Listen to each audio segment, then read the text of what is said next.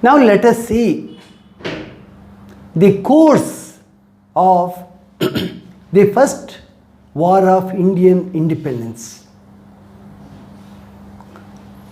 The spark lit the entire battle, starting from Calcutta.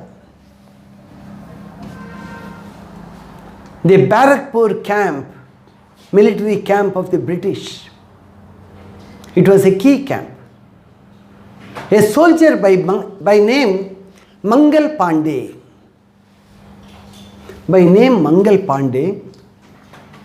a young man, turned furious against the British.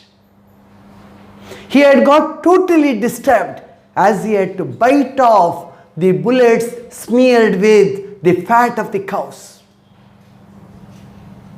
The British were not ready to withdraw those guns. They were determined to force the Indian soldiers use the guns. So Mangal Pandey,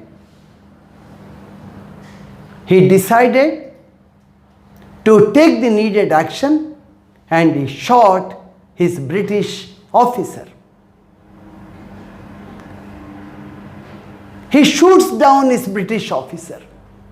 See, I told you there are hundreds of reasons were there for the struggle, but one tiny spark is enough to set it off. Mangal Pandey was arrested, he was tried, and the British hanged him. They put charges of sedition on him. They said, you have been disobedient. You have not followed the instructions of your superiors.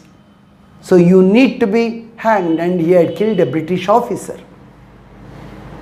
The moment Mangal Pandey was hanged, the entire situation broke loose all over India. There was revolt, mutiny in Barakpur. Mutiny. Soldiers refused to cooperate with the British. And the news started spreading everywhere. The news spread to all these places. Awadh, Meerut, Delhi, Kanpur, Jhansi, Nagpur. They were all boiling furious from within. And the act of Mangal Pandey made their blood boil. So the next spark to set off a huge mutiny was in Meerut. The soldiers in the British army, they started marching out. They said, we will not cooperate with the British. The sentiments might have been religious, but all the other components, all the other aspects, they too had contributed to it. It's the general anger which had got let off. So the soldiers in Meerut, who were inspired by what had happened in Calcutta, they barged into the Meerut prison. Yes, many soldiers had been arrested and put in prison for having been disobedient. So the soldiers barged. What's barging? In thousands, they attacked the Meerut prison. They broke it down. And all the soldiers there, even the criminals, even the prisoners, they all got let free. That's the Meerut mutiny. It started at Barakpur in Calcutta. It was followed by mutiny in Meerut. Soldiers from Meerut, they entered Delhi. Another key point, there they supported the Mughal ruler. From there, it got spread to Kanpur and Awadh. Kanpur, it spread to Kanpur. In Kanpur, You had Nana Sahib ruling. Nana Sahib, he declared war against the British. And one of the assistants of Nana Sahib, Tatya Topi, he fought furiously, but ultimately Nana Sahib loses. Tatya Topi somehow escapes from there. He was his chief assistant. He did not let the British arrest him. He moves from Kanpur to Jhansi. Jhansi you know well. Jhansi Rani Lakshmi Bai. She had not been permitted by the British to adopt a child and make him sit on the throne. They said, doctrine of lapse doesn't permit. Gwalior and Jhansi, they had to become a part of the British Empire, for which Jhansi Rani was not ready. She declared war against the British. Tatya Topi came and joined her. The war was tremendous, terrific. But ultimately, Jhansi Rani Lakshmi Bai, she dies in the battlefield.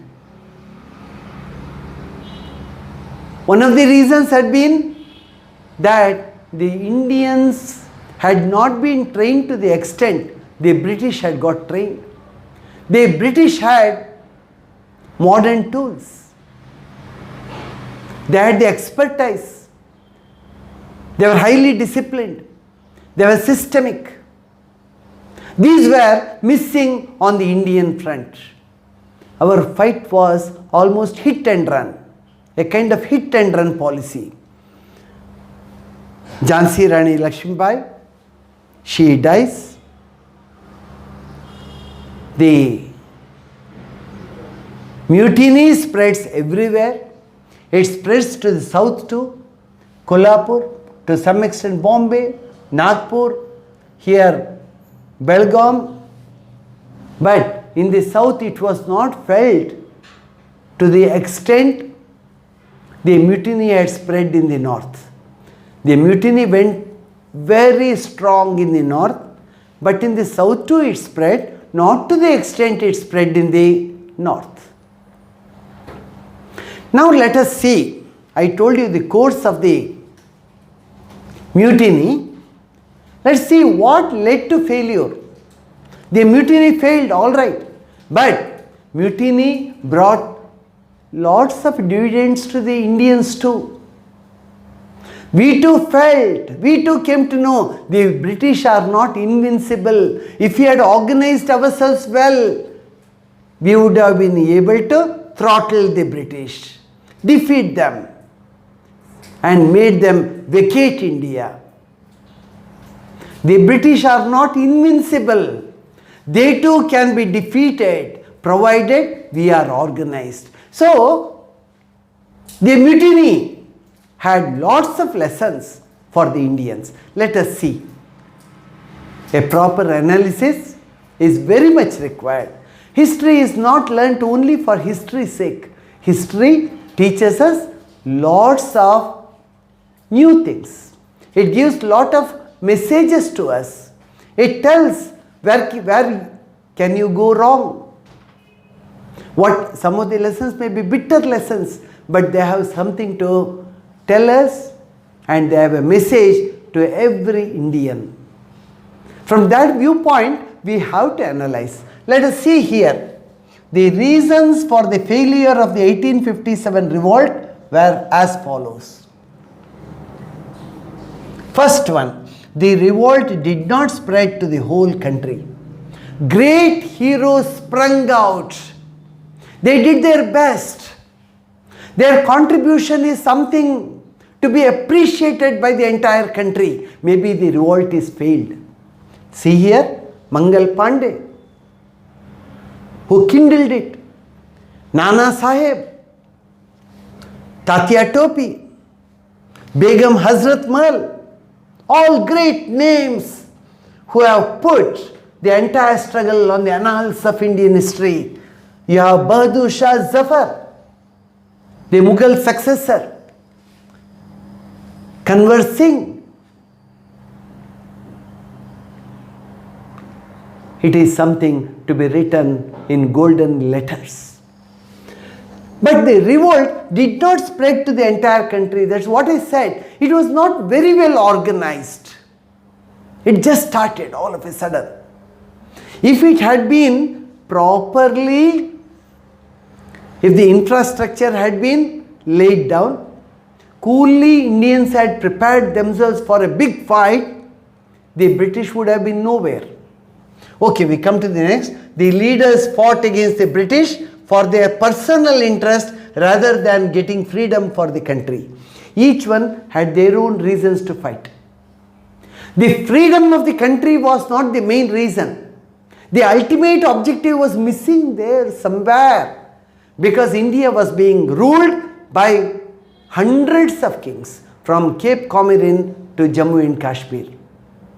All small bits of land and you have a king. They did not have that unity amongst them. We are one country, let us fight for our nation. The kind of spirit what we have today was missing then. We have to admit it. That is a painful submission here. Third one, the revolt was not well organized. I told you, it was not well organized. You did not have a common leader at the top to tell what it should be. There were misunderstandings, there were failures. The infrastructural part had not been well developed. There was lack of unity among the Indian soldiers. Even the soldiers, they resorted to looting. They resorted to plundering at times. That's what he said. They did not have proper captainship. Captains, commanders to tell what it should be and how they should go about.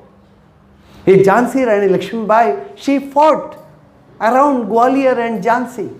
She was able to get back Gwalior from the British control. But that was short-lived. Ultimately, she had to lose the battle itself. Lack of discipline. Direction. There was no central direction. Each one used to fight on his own. As per his thought, as per his plan, he fought well. But there was no proper communication, support, and a complete network of discipline in the war or the mutiny that was fought. Lack of leadership on the Indian side. No strong leaders who can command the mutiny in the entire country and see that every Indian king participates, everyone joins. Many native rulers extend their loyalties to the British. What a sorry state of affairs.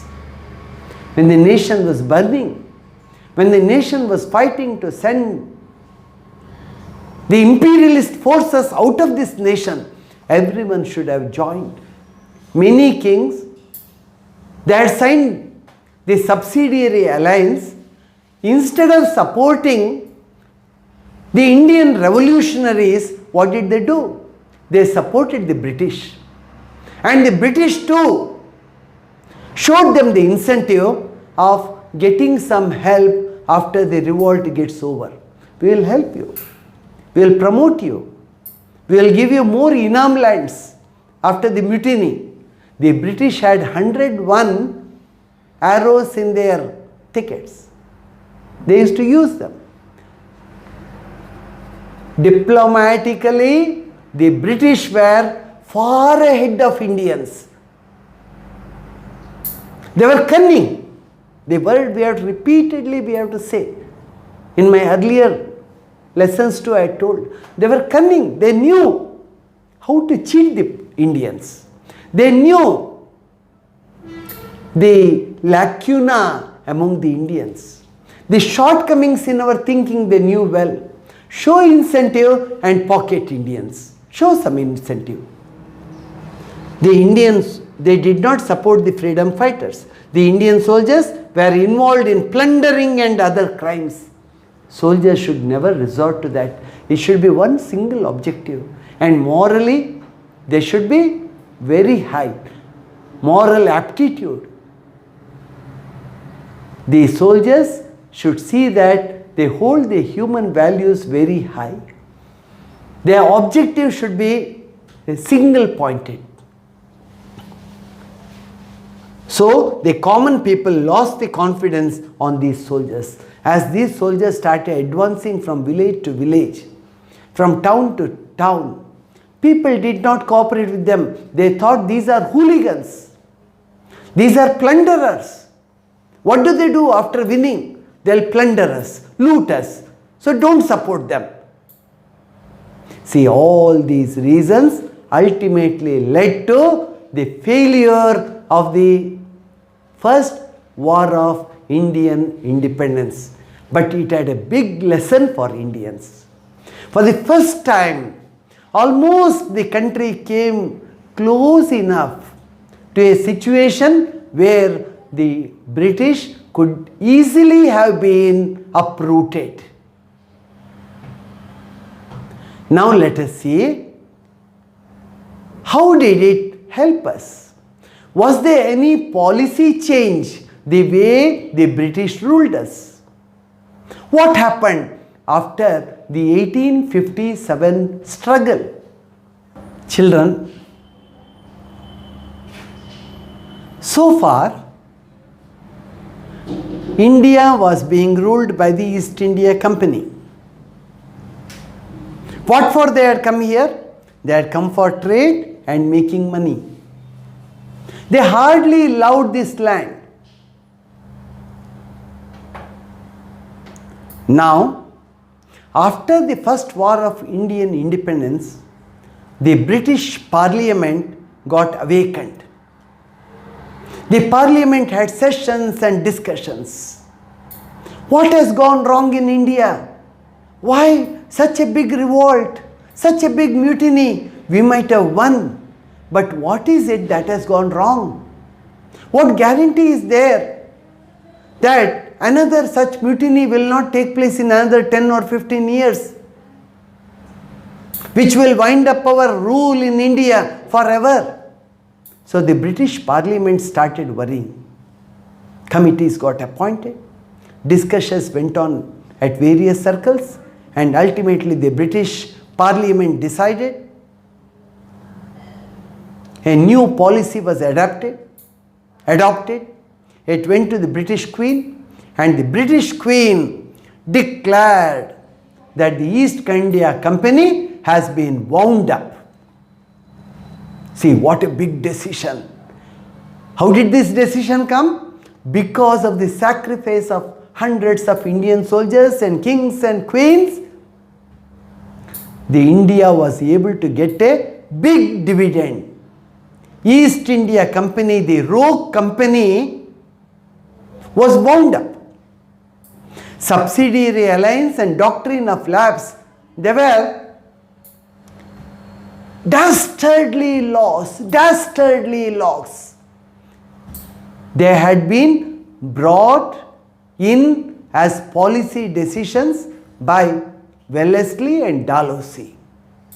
Now, such rogue laws cannot be framed, because India went into the hands of the Queen of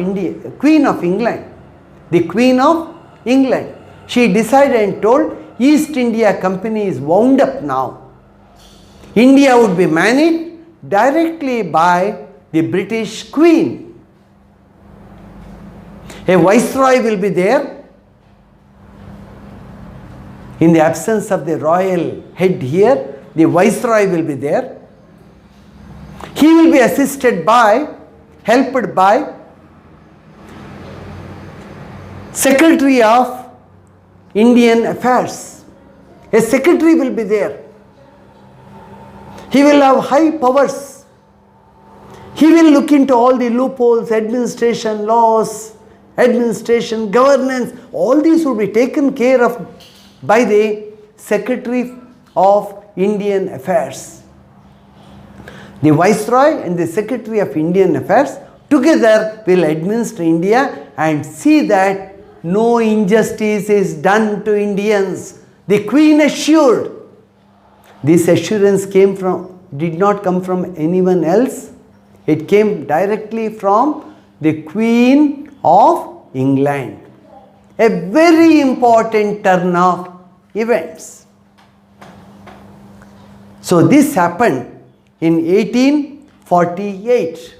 It was a declaration. It was Queen's declaration. It was a royal declaration. It had lot of impetus and emphasis. It was not just another rule. This rule had been brought out, passed, signed by the British Queen. And they said, the policy, the new declaration said that all the agreements what we have signed with the Indian kings would be honored. We will not dictate, we will honor all the agreements that have been signed so far. Then they said regional expansion will not be pursued. What did the British do so far till 1857? They were interested in expanding their territory here. They wanted to take control of the entire nation. Now the British Queen said, we will not hold on to the policy of taking over new lands. So regional expansion is given up. We will not expand at the cost of Indians. We will hold on now. So the British Queen made it very clear that no pursuance of regional expansion will hold good hereafterwards. We will not do that. We have withdrawn our viewpoint of taking over the entire land. Then equality before law. Before law, all are equal. We will not be partial in taking decisions. We will treat all the citizens here, the kings, rulers, citizens, everyone will be at par with law. We will not do any injustice to the Indians. And non-interference in the Indian aspects from the viewpoint of religion. In the religious aspects of India, religious issues of India, we will not interfere. You know well, the bullets that had to be used in the Royal Enfield rifles, they were smeared with the fats of pigs and cows. Actually, British should not have gone for that. They should have found some alternate methods. When they knew this would hurt the feelings of the Hindus and the Muslims, they should not have pursued it. They should have taken back and taken up an alternate decision. For them, smearing the bullets in the fats of pigs and cows was a very cheap affair. No cost is involved. If you want to go for alternate methods, that would involve cost. So they said non-interference in the religious matters of India. Indians would be involved in legislations. An important decision. Till then, till now, till 1857, it was the East India Company which was deciding everything. They never used to ask Indians as to what is to be done. But the British Queen said, now, we will give due place to the Indian thoughts too. You can put forth suggestions, you can give us ideas, and at every juncture, we will speak to you, talk to you, and then decide. How much is implemented is a second question, but at least we have entered a new phase wherein the British government said, we will listen to you. We will listen to you here afterwards. See, as we go further, we come to the Gandhian era, you find how much of relevance this viewpoint had. This leads us to Home Rule movement to Swadeshi, Swadeshi to total independence for the country, a very interesting phase. We will look into that later. And the British declare the policy of association. That is, whenever legislations are done, whenever new rules are brought in, your opinions will be taken care of. So this is called as the policy of association. Policy of association. We will associate ourselves with you. You will be associated in policy making. You too will have to have an important role to play. So it is very clear the British wanted to appease us, wanted to make Indians feel that we are doing something for you. We care. We recognize your feelings too. And you too will be given a place in policy making. So this first war of independence or first struggle of Indian independence, maybe the British called it Sepoy Mutiny. Now you can make out, the British called it Sepoy Mutiny. They did not want to accept or recognize it as the first war of Indian independence. They said, no question of independence here. It was only disrespect shown by the Indian soldiers towards the British officers. That was all. It was just a mutiny. It was a revolt. We have pegged it down. But the policy of association makes it very clear how much of importance the British government gave to whatever revolt that had happened in India. Now, after we have secured independence and we are a republic country today, in all our history books, we regard it as the first war of Indian independence and not Sepoy Mutiny. So children, we should not call it as Sepoy Mutiny. We should call it as the first war of Indian independence. The new century of Indian struggle, 1857 to 1947. These 90 years are of paramount importance. I told you earlier too, 1757 Plassey struggle, Plassey war, 1757. After exactly 100 years, it's a coincidence, 1857, the first war of Indian independence. Exactly 90 years later, 1947, our tricolor flag gets hoisted on Red Fort. Pandit Jawaharlal Nehru hoists it and India becomes a free country, not only a free country, but a united country. So from the angle, this angle, from whatever had happened after 1857 till 1947, whatever had happened in this country has the stamp of the 1857 struggle. The myth that the Indians cannot fight against the British, that had got smashed. Everyone felt we too can fight, we too can win over, and we can make this country free one day. Thank you.